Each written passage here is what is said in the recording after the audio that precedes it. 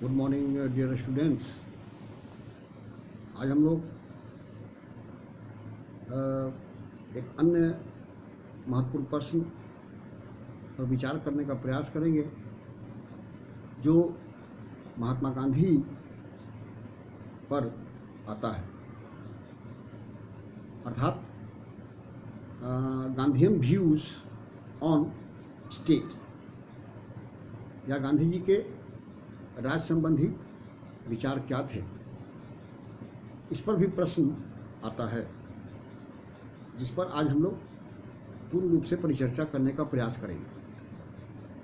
गांधी जी के राज्य संबंधी विचारों का विश्लेषण करते हुए कुछ विद्वानों ने उन्हें अराजकतावादी दार्शनिक के रूप में देखा और उनकी आलोचना भी की।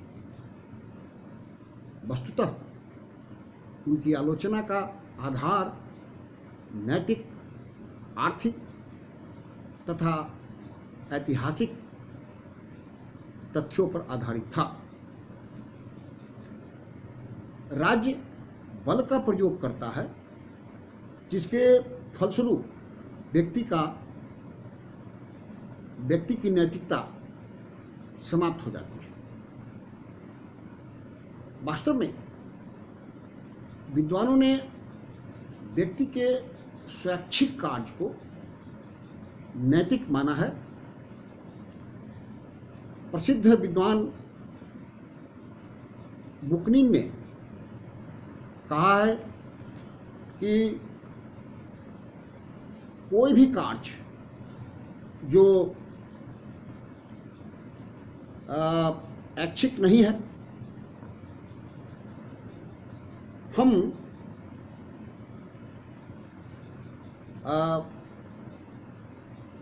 उसे नैतिक नहीं कर सकते। यदि हम मशीनवत कार्य करते हैं, मशीन के अनुसार कार्य करते हैं, तो नैतिकता का कोई प्रश्न ही नहीं उठता है। फिर भी नैतिक कार्य को सचेतक के रूप में हमें कर्तव्य समझकर करना चाहिए। प्रिंस क्रोपोटविक्सन और बुकनिन जैसे अराजकतावादी अहिंसा में विश्वास नहीं करते थे। इन अराजकतावादियों का अहिंसा में विश्वास नहीं था। वे वस्तुतः वर्तमान सामाजिक व्यवस्था में परिवर्तन के लिए हिंसा को आवश्यक समझते थे। उनकी दृष्टि में पूंजीवादी शोषण और युद्ध का अंत करने के लिए हिंसा को अत्यंत आवश्यक कारक के रूप में भी देखते थे। जबकि गांधी जी की कल्पना में रामराज एक आदर्श राज्य है। अतः रामराज का स्वरूप एक ऐसा आदर्श राज्य का होगा जिसमें न्याय और प्रेम का वास होगा। यह अहिंसक स्वरूप वाला राज्य होगा। गांधी जी ने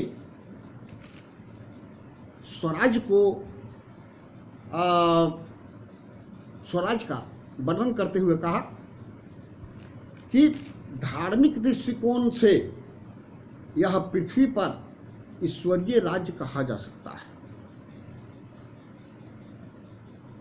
इस प्रकार अराजकतावादियों और गांधी जी की विचारधारा में अंतर व्याप्त है, किंतु राज्य के वर्तमान स्वरूप पर अपने विचार को व्यक्त करते हुए गांधी जी ने कहा कि राज्य हिंसा का सुसंगठित तथा वशीभूत रूप है। मनुष्यों की आत्मा की सत्ता होती है, पर राज्य एक ऐसा मशीन की तरह है जिसमें आत्मा नहीं होती है। राज्य की सत्ता हिंसा पर आधारित होती है, जो उससे पृथक नहीं हो सकती है। उन्होंने स्वयं कहा कि राज्य की बढ़ती हुई शक्ति को मैं अत्यंत भय की दृष्टि से देखता हूं। यद्यपि ऊपर से देखते हुए राज्य शोषण को कम करने के लिए कटिबद्ध दिखाई देता है, पर व्यक्तित्व का अर्थात व्यक्ति के व्यक्तित्व का वह एक विनाशक के रूप में कार्य करता है। इससे मानव जाति को भारी क्षति उठानी पड़ती है। वास्तव में व्यक्ति के अंदर एक आत्मा होती है, किंतु राज्य एक ऐसा आत्मा विहीन संस्था होती है जो मशीन की तरह होती है और जिसमें आत्मा का अभाव होता है। वह अपने हिंसा की प्रकृति को अपने से अलग नहीं कर सकता है। इन्हीं कारणों के चलते गांधी जी राज्य को समाप्त कर एक ऐसे आदर्श समाज की स्थापना करना चाहते थे जिसमें व्यक्ति राज्य के अस्तित्व के बिना भी सामाजिक जीवन को स्वयं संचालित कर सके। वस्तुतः व्यक्ति की गरिमा में विश्वास कर वे आदर्श समाज में राज्य की आवश्यकता ही महसूस नहीं करते थे।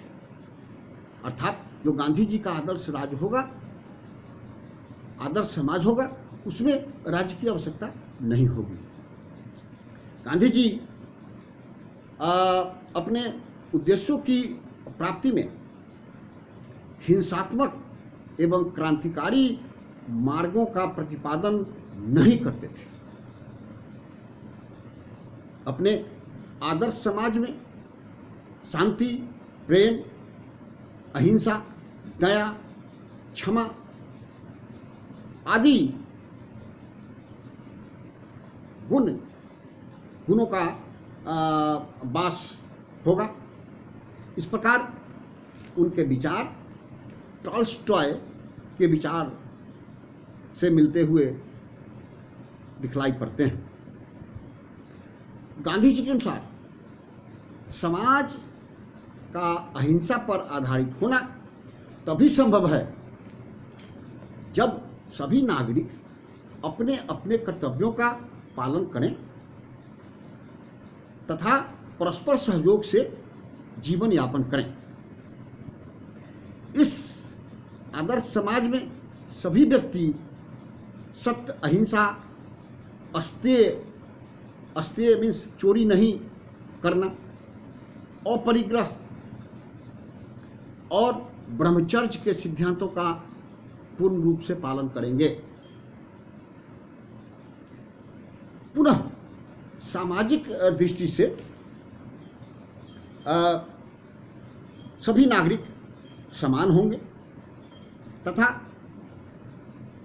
आदर्श राज्य में ऊंच नीच और छुआछूत की भावना विद्यमान नहीं होगी। आर्थिक रूप से समाज के प्रत्येक वर्ग के लोगों को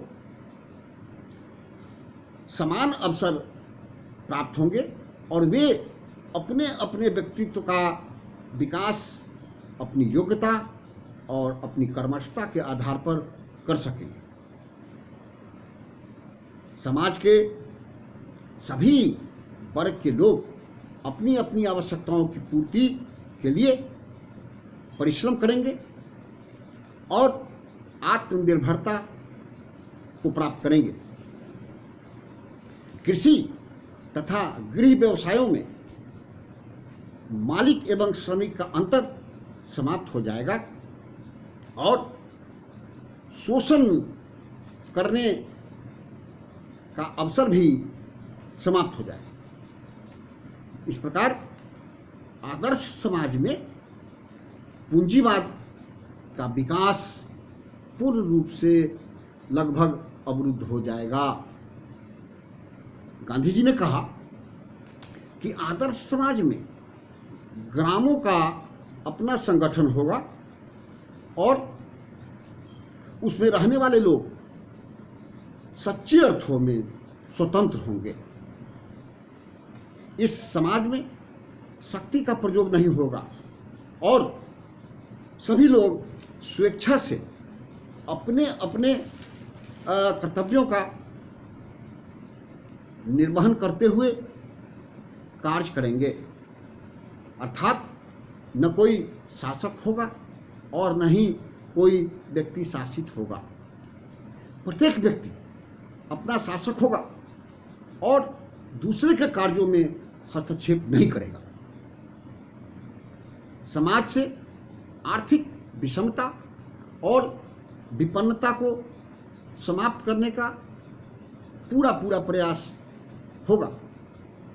गांधी जी ने कहा कि अगर राज्य किसी रूप में शेष भी बच जाता है तो वह स्वतंत्र और स्वावलंबी ग्रामों का समुदाय मात्र होगा। प्रत्येक गांव में एक पंचायत होगी और उसे पूर्ण सत्ता प्राप्त होगी और वह सत्ता ग्रामवासियों के द्वारा ही दिया जाएगा, कोई केंद्र सरकार के द्वारा नहीं दिया जाएगा। गांधी जी की दृष्टि में ग्राम ही वास्तविक शक्ति के स्रोत होंगे, किंतु यह शक्ति या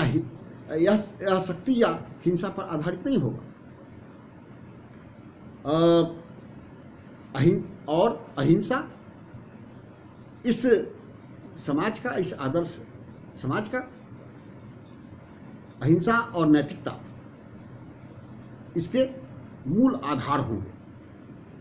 गांधी जी के उपरोक्त धारणाओं के विश्लेषण से जो बातें निकलकर हम लोगों के समक्ष आ रही है वो यह है कि उनकी यह इच्छा थी कि पृथ्वी पर राम राज्य की स्थापना हो।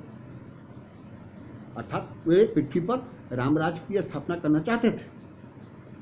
उन्हीं के शब्दों में धार्मिक दृष्टि से राम राज्य को पृथ्वी पर ईश्वर का राज्य कहा जा सकता है।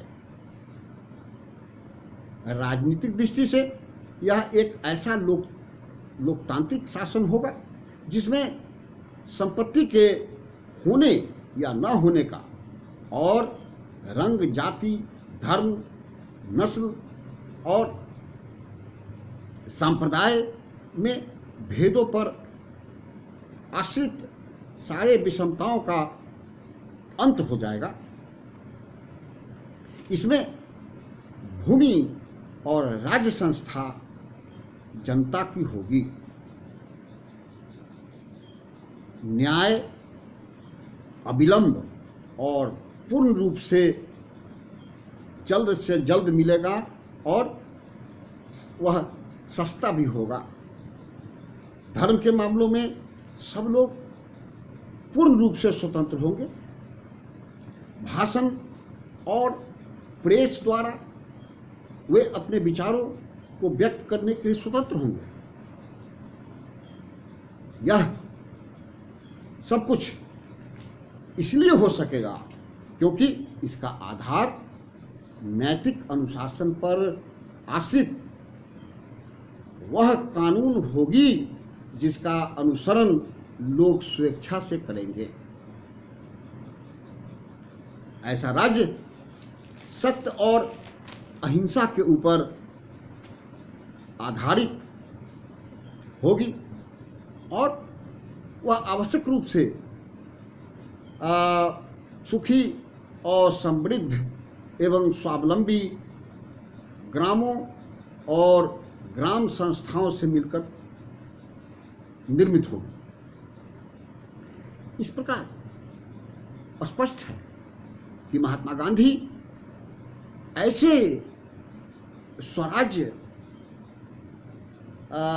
की परिकल्पना करते थे या स्वप्न देखते थे जो पूर्ण रूप से सुसंस्कृत और सभ्यता वाली होगी और उसमें रहने वाले प्रत्येक स्त्री एवं पुरुष यह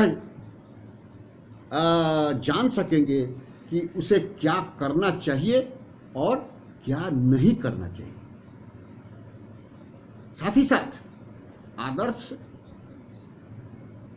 राज्य का नागरिक आत्मनिर्भर, स्वावलंबी और कर्मठ होगा, जो दूसरे के श्रम से उत्पादित वस्तुओं की ओर न देखकर अपने मेहनत द्वारा अर्जित वस्तुओं का उपभोग करना अपनी शान और अपने व्यक्तित्व की उपलब्धि मानेगा। स्पष्ट है कि महात्मा गांधी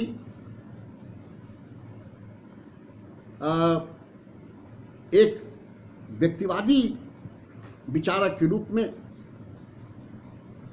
हमारे सामने दिखाई देते हैं और उन्होंने जीवन भर व्यक्ति के व्यक्तित्व के विकास के लिए अथक प्रयास करते रहे और राज्य रूपी संस्था को समाप्त कर उसके स्थान पर स्वराज्य की स्थापना करने की बातें की।